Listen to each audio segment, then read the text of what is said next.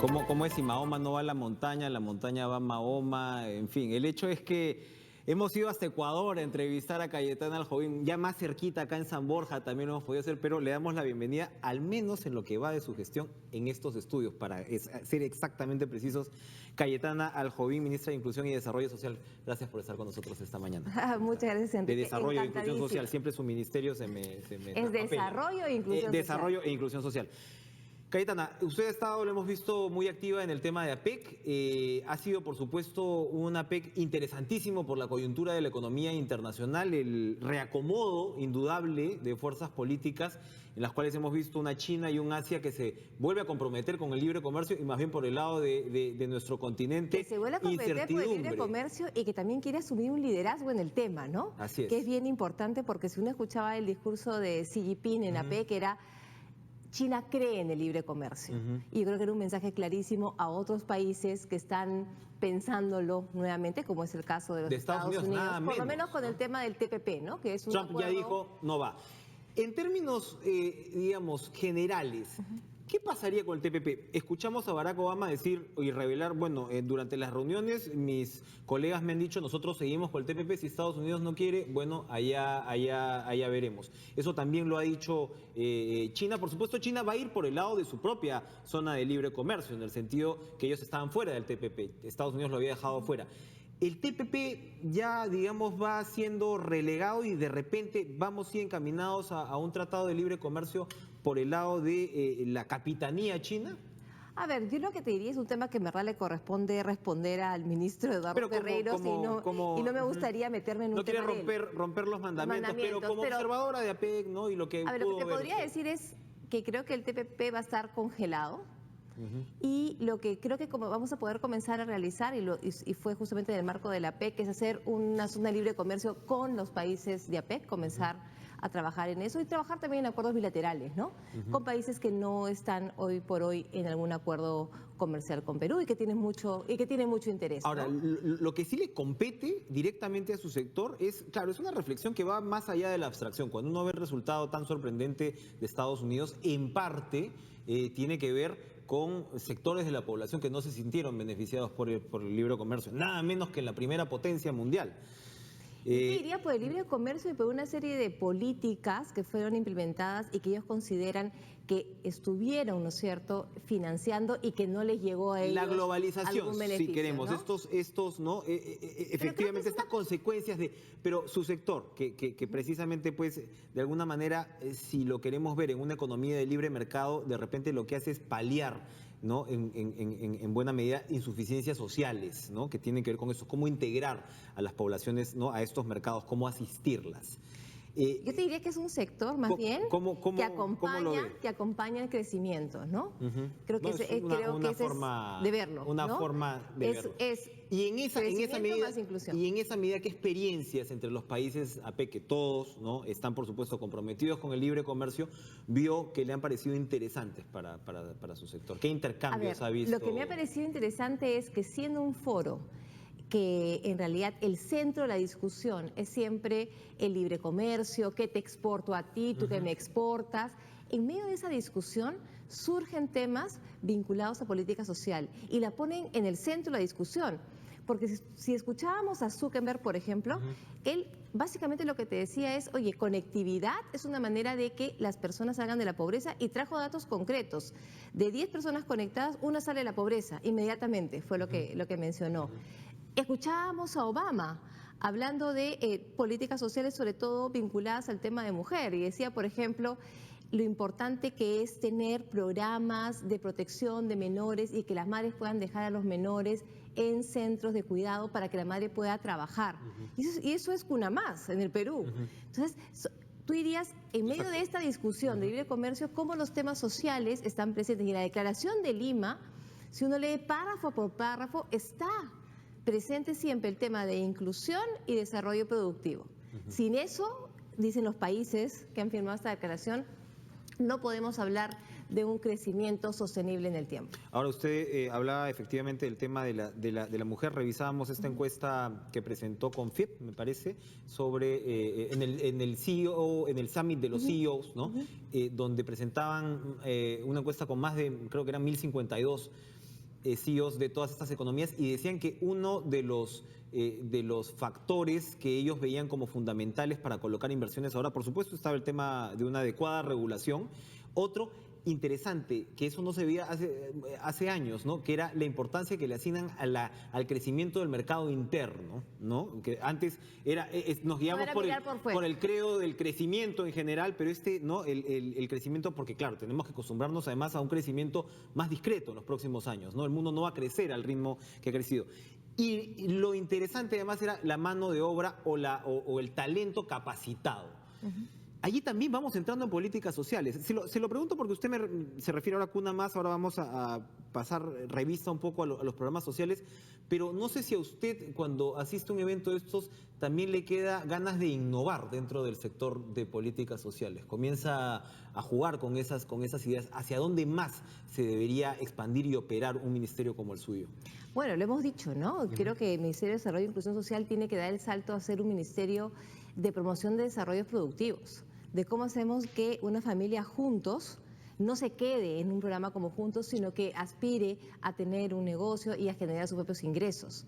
Y en base a eso estamos haciendo unos proyectos interesantes que ya te voy a comentar, que justamente tratan de hacer y permitir este salto graduación, como se le llama, ¿no? en el mundo académico. Lo que tú mencionas es fundamental, cómo vinculamos el tema laboral con las necesidades con la capacitación que tienen que recibir los jóvenes. ¿Cómo hacemos esa vinculación?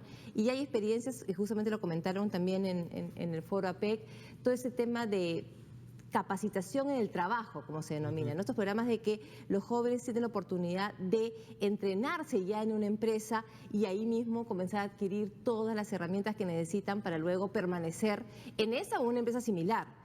Porque no podemos estar desvinculados con la teoría que te enseñan en la universidad y luego el mundo de la empresa real. Entonces, ¿cómo hacemos ese vínculo? Y básicamente es permitiendo que estos jóvenes se entrenen en las propias empresas, ¿no?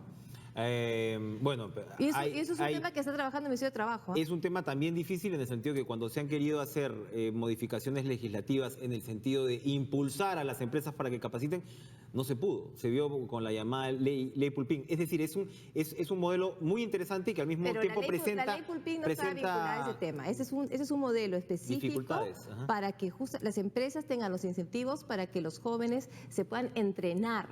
No son prácticas, lo que se busca es entrenamiento en la propia empresa. Y como te comentaba, es un tema vinculado a desarrollo social y que está trabajando el Ministerio.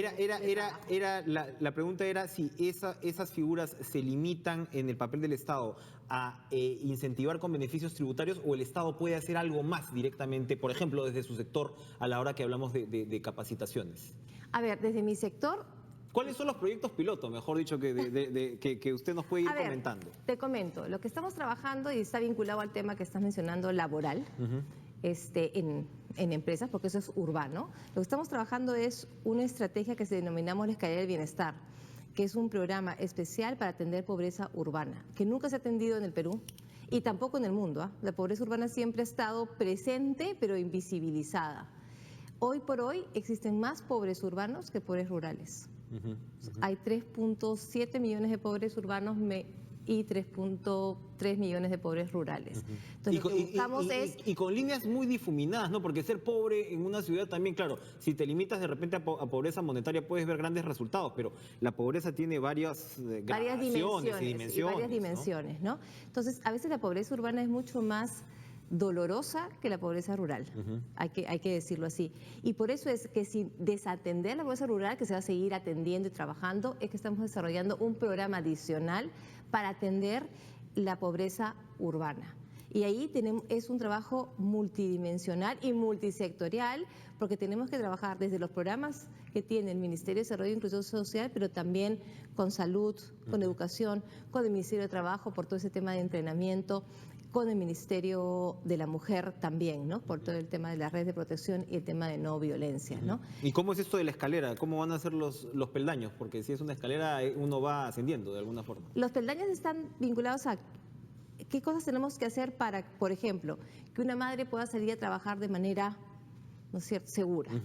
Uno, tenemos que ampliar el programa Cuna Más en zonas urbanas, pero también tenemos que ampliar temas de cuidado al adulto mayor, porque hoy por hoy la mujer no solamente se queda por atender a los niños, sino también por cuidar a los ancianos, ¿no? Entonces ahí tienes un primer peldaño de protección. Tienes un peldaño de cómo hacemos para que los jóvenes permanezcan en las escuelas. Un tema que estamos viendo y nos preocupa es la deserción en secundaria. Hace algunos años nuestra preocupación era que los niños vayan al colegio. Hoy van al colegio, pero el problema que tenemos es que a partir de tercero y media comienzan a desertar el colegio. ¿Por qué? Porque existen más incentivos monetarios de dejar el colegio e irse a trabajar en cualquier empleo, sea formal o informal, que permanecer en un colegio. Entonces tenemos que dar incentivos para que los jóvenes permanezcan en secundaria, las jóvenes y los jóvenes, porque el tema también adicional que encontramos es que existe un problema de embarazo adolescente. Gravísimo. Entonces, el embarazo adolescente lo que hace es perpetuar pobreza. Entonces, tenemos que tener políticas que traten de evitar el embarazo adolescente. Ahí y una de esas políticas vinculación con el sector salud, claro está. Con el sector salud, con el sector mujer, o sea, también es un trabajo con la sociedad civil también. Luego tenemos temas de lo que denominamos cómo hacer para que los jóvenes encuentren un trabajo. Porque, ok, termino secundaria y o me voy, ¿no es cierto?, a estudiar, y para eso hay programas como Beca 18, o tengo que tener la capacidad para poder generar mi propio empleo. Hoy por hoy el Perú es un país que tiene muchísima imaginación y somos bastante emprendedores. Fomentar todo el tema del emprendedurismo. Hay varias iniciativas de emprendedurismo social, por ejemplo, que es bastante importante. Lo hemos visto y ha sido mencionada justamente Mariana Costa en el APEC por Mark Zuckerberg, ¿no? Entonces, hay varios temas que se pueden trabajar en ese sentido. Esto se va a aterrizar en nuevos programas, no es una estrategia así, digamos, un poquito abstracta, un poquito gaseosa. Es escalera de bienestar. Escaleras de bienestar, todo lo que te estoy comentando. Va a estar dentro de este programa. Va a estar dentro de este programa y, por supuesto, tenemos que comenzar con pilotos que se van a realizar. Ya tenemos identificado el norte del Perú. Lima también va a ser un piloto el próximo año, ¿no? Y de esa manera poder escalarlo a nivel nacional. Para ir terminando, Cayetana, los programas que sí están, las últimas noticias que teníamos era una filtración aproximada de 15%, ¿no? Entre 10 y 15%, sí. ¿Qué medidas correctivas se van a tomar? Ya se tomaron. Ya se tomaron. ¿Cuándo vamos a tener los resultados? Mira, esperamos que en 6 meses vamos a tener los resultados. ¿Por qué? Hace 2 semanas dictamos una resolución ministerial justamente en base a lo que habíamos analizado en los primeros 100 días y sobre el tema de la focalización, ¿no? Este sistema de focalización de hogares. Lo que estamos haciendo es revisando el algoritmo. Ya. Para que nos entiendan nuestros amigos televidentes, porque a veces es un poquito técnico, es el tema de focalización muchas veces se hace con un programa matemático. Entonces hay que revisar, ¿no es cierto?, esas variables. Esa fórmula. O esa fórmula para ver si realmente estamos siendo precisos o si esa fórmula tiene algunas fallas que justamente permite algunas filtraciones. Luego estamos haciendo todo este intercambio de base de datos. De una manera mucho más rápida y haciendo una evaluación de la metodología por lo menos cada 3 años. ¿Intercambio de base de datos entre los propios programas? Cualquier base de datos que tenga el Estado, filtrarla con el sistema de focalización de hogares. SUNAT, SUNAR, por ejemplo. Parece esto detrás de la filosofía que anima la simplificación administrativa, ¿no?, que acaba de lanzar la PCM, ¿no? Que es fundamental. En lugar y hablaba con el Premier, ¿no?, las descoordinaciones entre los propios ministerios hay que irlas también limando, ¿no? Lo más difícil del Estado es la coordinación. Debe ser. Y precisamente a propósito de eso, ya la del estribo, le comentaba yo este comunicado 007-2016 del Ministerio de Economía, que le dice a las entidades del gobierno nacional, gobiernos regionales y gobiernos locales, gastos en personal y registro de devengados, ¿no? Les recuerda que no se pueden hacer aumentos a personal, no se puede utilizar pues presupuesto para gasto corriente que no esté ya previamente asignado. Esto va en el marco, esto lo firma la Dirección General de Presupuesto Público, va en el marco de las medidas de austeridad, ¿no? Es para ajustar el déficit y decirle a los ministerios, ojo cómo hacen sus gastos. ¿Podría, digamos, en su sector darnos un ejemplo de qué cosa estamos hablando? A ver, te cuento, esas son medidas que se han tomado porque cuando encontramos el gobierno teníamos un déficit de 3.8 que el Ministerio de Economía y Finanzas ha ido justamente reduciendo porque la meta es que sea 3 o menos. Esas son medidas que se han tomado justamente para llegar a esa meta, ¿no? Porque como tú bien sabes, un déficit de 3.8 es inmanejable, ¿no? Y estaba por fuera de los límites estaba legales. por fuera de además. exactamente, ¿no? Entonces, lo que ha hecho el Ministerio de Economía y Finanzas es, básicamente siguen ustedes haciendo las inversiones que son necesarias, pero ajusten en lo que es lo que denominamos gasto corriente, ¿no? Consultorías, nuevos contratos, órdenes de servicio, ¿no?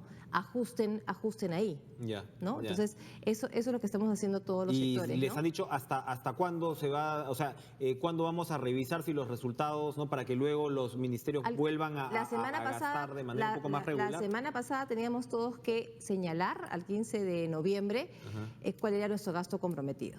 Ya.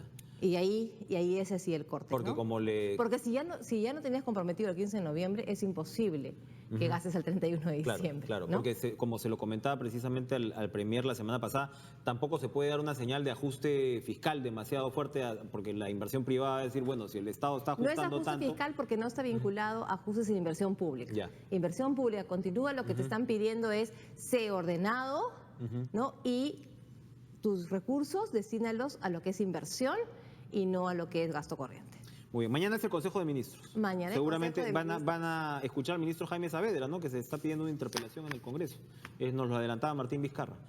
¿Ha hablado usted con él? ¿Han podido conversar? No. No hemos tenido la oportunidad porque hemos estado en APEC y ayer hemos estado justamente con las reuniones con el presidente de China, con Xi Jinping. Pero bueno, ya se puede esperar que va a haber seguramente una interpelación.